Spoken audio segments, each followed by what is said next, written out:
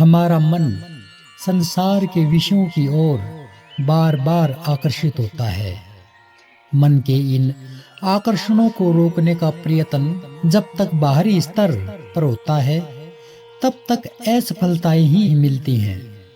लेकिन जब भीतर कोई बड़ी सच्चाई का दर्शन होता है, जैसे आत्मा का, शुद्धता का, दिव्यता का, तो विषय अपने आप झुक जाते हैं। अष्टावक्र गीता का यह श्लोक इसी रहस्य को उजागर करता है। यह अष्टावक्र गीता का 18वें प्रकरण का 46वां श्लोक है।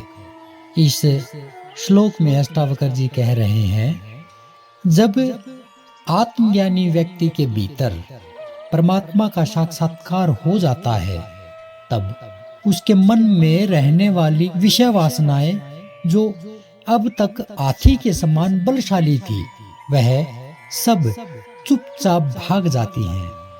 वे अब उसमें कोई शक्ति नहीं रखती और जो कभी उसकी चापलूसी करती थी वे भी अब उसकी सेवा नहीं कर पाते।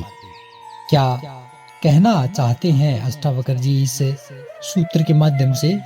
जरा ध्यान से सुनिए और समझने का प्रयास कीजिए। कह रहे हैं अष्टावक्र जी, मनुष्य का जो मन है वो स्वभावतः विषयों की ओर आकर्षित होता ही होता है। मनुष्य इंद्रियों के माध्यम से संसार के सुखों, भोगों और आकर्षणों में उलझा रहता है। ये विषय वासनाएं मन में हाथी के समान बलशाली होती हैं, जो मनुष्य को बार बार अपनी ओर खींचती हैं।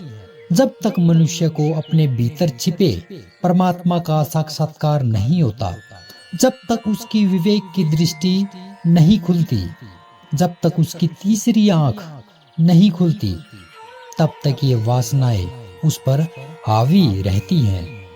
वे उसे अपने वश में करके संसार के भोगों में उलझाए रखती हैं।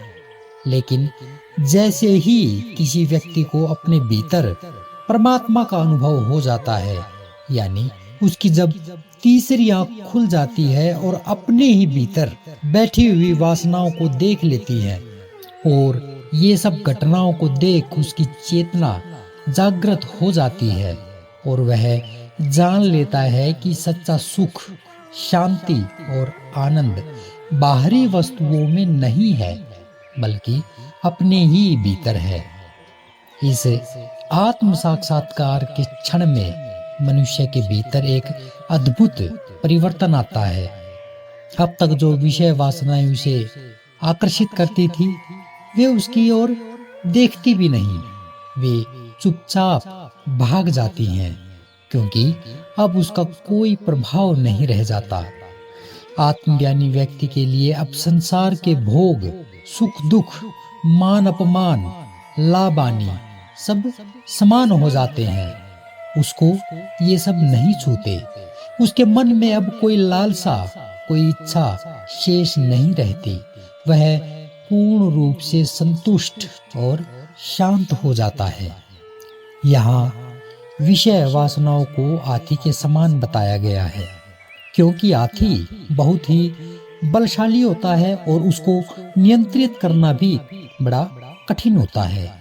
इसी प्रकार मन की जो इच्छाएं हैं, मन की जो वासनाएं हैं, वो भी बहुत बलशाली होती हैं, बड़ी बलवान होती हैं, जिन्हें साधारण मनुष्य नियंत्रित नहीं कर पाता। लेकिन जब उसे आत्मा का साक्षात्कार हो जाता है, जब उसे सत्य का साक्षात्कार हो जाता है, जब उसकी तीसरी आंख खुल जाती है, जब उसे स्वयं का ज्ञान हो जाता है, तब ये सारी इच्छाएं अपने आप ही शांत हो जाती हैं। अब उन्हें भगाने या दबाने की आवश्यकता नहीं रहती, वे स्वयं ही दूर हो जाती हैं। इस श्लोक में यह भी कहा गया है कि जो इच्छाएं पहले मनुष्य की चापलूसी करती थी, यानी जो उसे पहले बार बार आकर्षित करती थी, वे भी अब उसकी सेवा नहीं कर पाती। इसका अर्थ यह है कि आत्मज्ञानी व्यक्ति के लिए अब कोई भी विषय वासनाएं आकर्षक नहीं रह जाती। वे अब उसके जीवन में कोई स्थान नहीं रखती। यह स्थिति केवल बाहरी नियंत्रण या जबरदस्ती से नहीं आती, बल्कि यह आत्मज्ञान के परिणाम स्वरूप स्वाभाविक रूप से उत्पन्न होती है। जब मनुष्य को अपने भीतर की दिव्यता का अनुभव हो जाता है, तब बाहरी आकर्षण अपने आप ही फीके लगने लगते हैं। वे फीके पड़ जाते हैं। अब उसे किसी भी प्रकार के भोग, सुख और संसार की वस्तुओं में कोई रस नहीं रह जाता। वह पूर्ण रूप से स्वतंत्र और निर्भय हो जाता है।